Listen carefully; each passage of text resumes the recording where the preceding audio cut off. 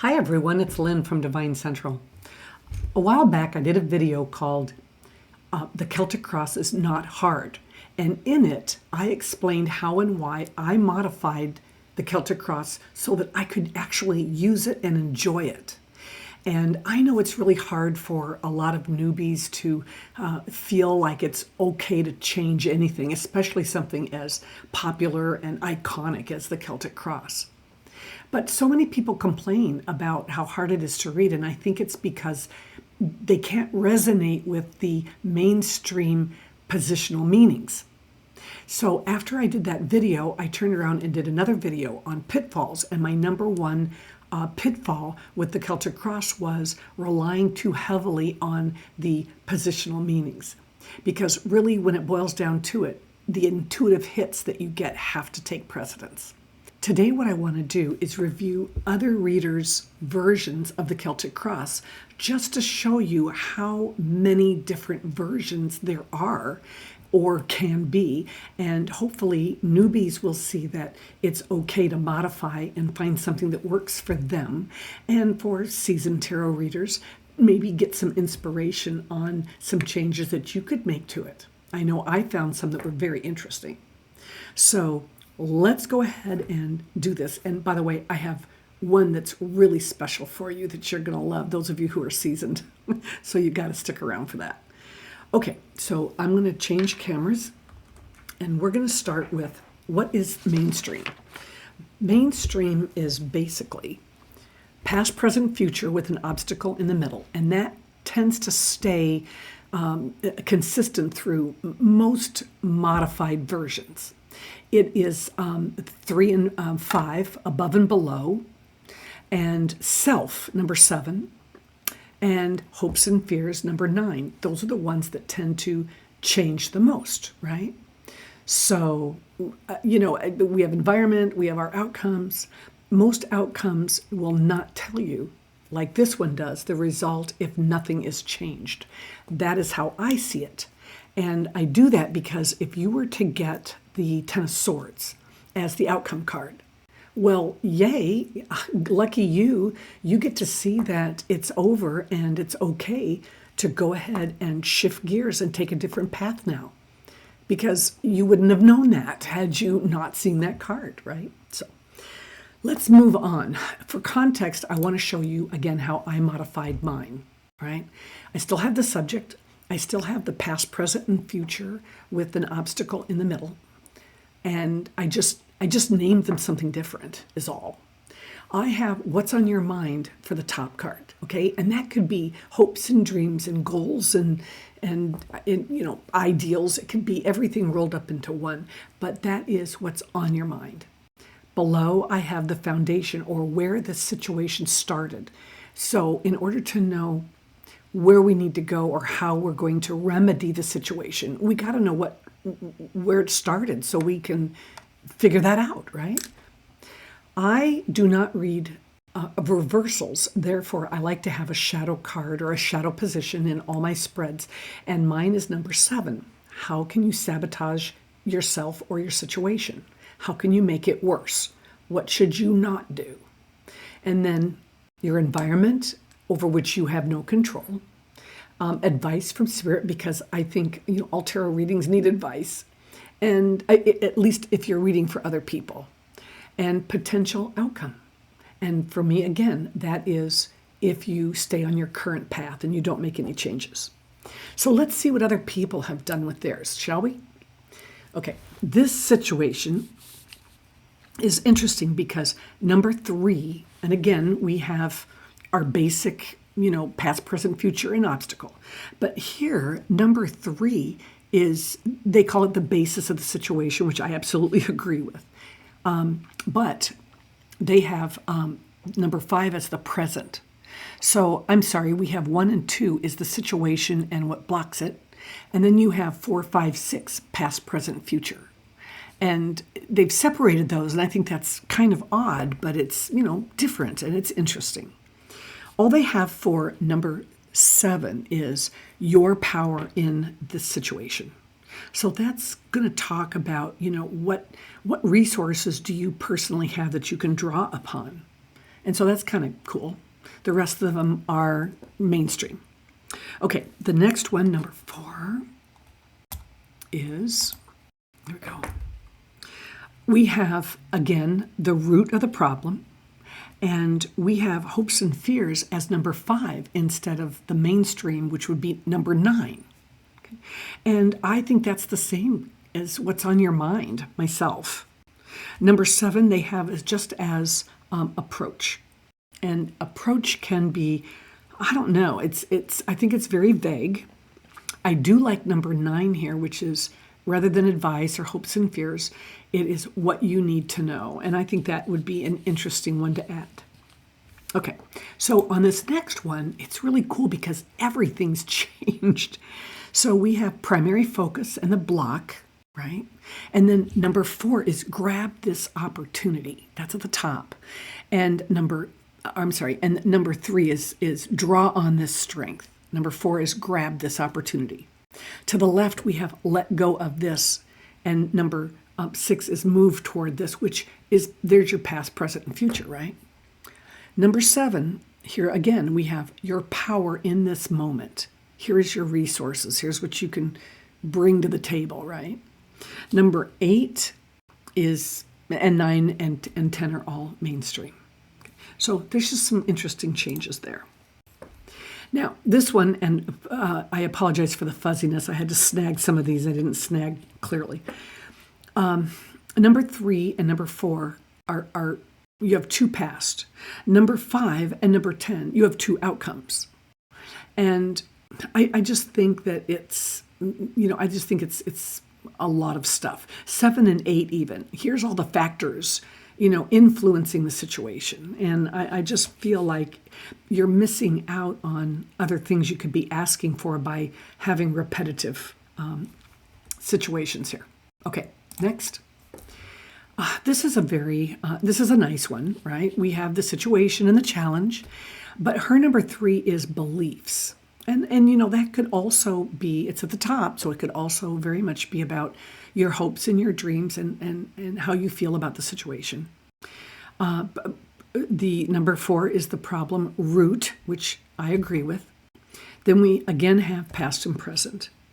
But we have here card number 7 is approach again and influences again, but yet they are, I don't know, they're just, to me, it's just a little vague, but it is still a nice spread. I like the beliefs. That's something different and new. Number 8. Here we have, again, a little bit of wordsmithing here. Some of this stuff means exactly the same thing, but just by rewording it, it might make, it might just change the perception enough to help you resonate better with that position. Central issue, root cause of it.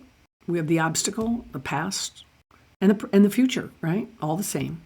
Where this one changes is its conscious goals, which to me is the same thing as, your hopes and your fears, or what you're hoping for out of the situation. And number 7 is another approach, but it's suggested approach, which to me now brings in spirit or the higher power, right? So I think that's kind of, it's cleaner and it's more clear than what we've seen in the past. And the rest of them are all mainstream. Okay, number 9. We're making our way through these.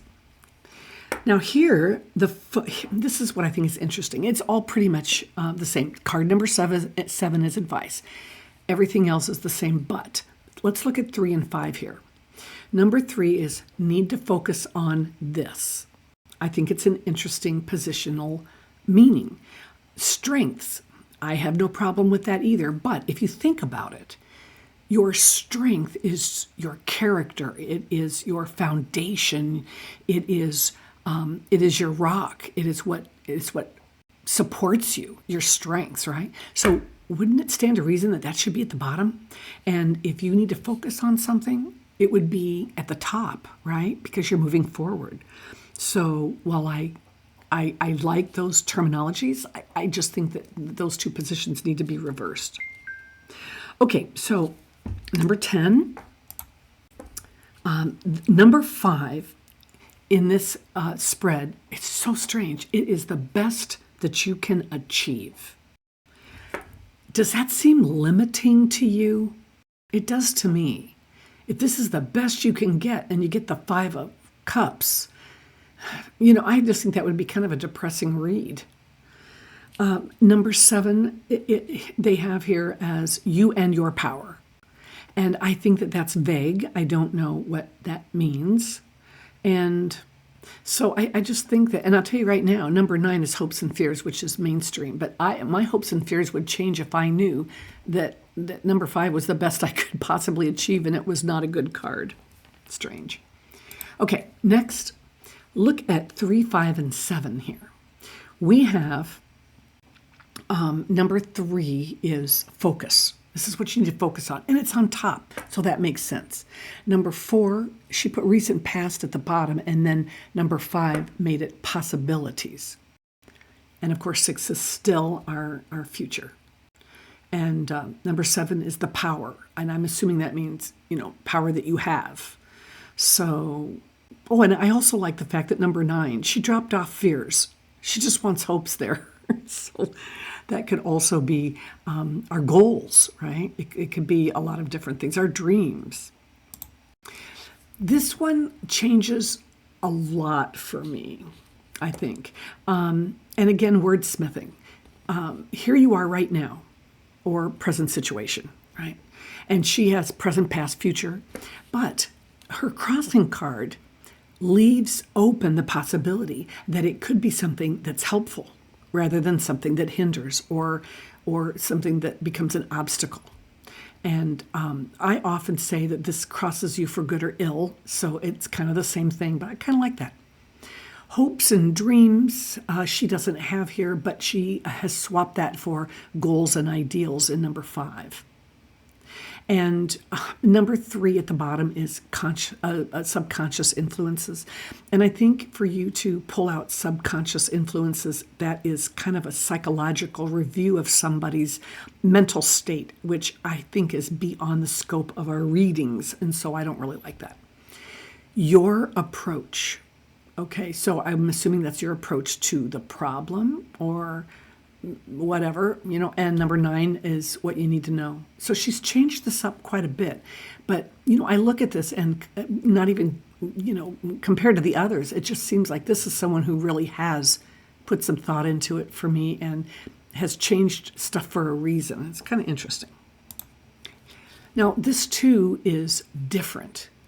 So you still have but you see they took number 4 and number 6 and reversed them. So this is somebody that's going in counterclockwise motion, which is neither here nor there. But, we read in a linear fashion, typically from left to right. So to me, that would make it confusing for a newbie.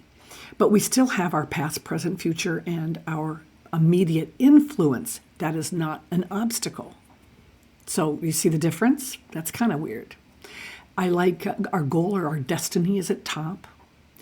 She does have, but she has 2 pasts, the distant past and the recent past. And I just think that that's repetitive. I don't know if that's necessary. Now, in traditional Celtic Cross terminology, number 7 is you. And here she has the questioner. And that would be the same thing, right? Wordsmithing. Environmental factors. Number 9, she has as inner emotions. Would that not be the same as your hopes and fears? And final result. Okay, let's see here. I have 2 more before I show you the big one. Number 5 and number 7 here have changed, and I wanted to review these with you. In this one, everything else is pretty much the same. We've got the past, present, future, and obstacle. We have the root cause of the problem. But number 5 at the top is message from above. I like that. It's information from your higher power, or your higher self, regarding the situation. This can also be signs from your spirit guides or the universe, it says. Okay, everything else is the same. Then you drop down. Number 7 is your thoughts and feelings. So see, she's managed to swap those. A lot of people put advice in number 7 and hopes and fears in number 5. And so she's kind of reversed it and changed the wording a little bit. Oh, number 9, she has hopes and fears. So thoughts and feelings and hopes and fears. God, do we really need all that stuff in order to determine? Okay, so one last one before the biggie. I like the heart of the matter. I like that term. But this one is kind of odd. We have opposing forces. Highest expectations again. This is the highest expectations that we have, that we can expect. And then there's a lot of influences in here. Influences now coming into being is number 4. Future influences is number 6. Are they not the same? And influences passing away. So you have a lot of influence there. But wait, we're not done. We have number 7, how others influence the matter, which is good. How you influence the matter, that's different. And then hopes and fears and final outcome. So you can see that people make all kinds of changes. But there is nothing more different and unusual than this one. I love Tom Benjamin. If you haven't seen his YouTube videos, he's amazing. He kind of swaps back and forth between, philosophical videos and educational videos. And they're both good, but go back and look at some of his educational training videos, that are older. Oh, God, I just think they're wonderful. Anyway, here is his version. Are you ready for this? Number 1 card, the answer to the question. That is so Tom. He's going to answer that first. And his crossing card is why this is the answer. Number 3, outside influences on the situation. Number 4 is the querent's influence on the situation. Number 5 and 6 are what is out of the querent's control and what is within the querent's control. Number 7, bottom of the staff. This is the advice. Many people use this card for advice. Number 8, what the querent is most likely to do despite this advice. Oh, that too is so Tom. And again, a lesson you can take away, number 9, and now what? Or what now for number 10. So those are, and that is really a departure, isn't it? But it works for Tom, and it's whatever you want it to be. So have fun with these, play around with some of them, go back and stop it and write some of these things down and give it a try and see if these don't work best for you.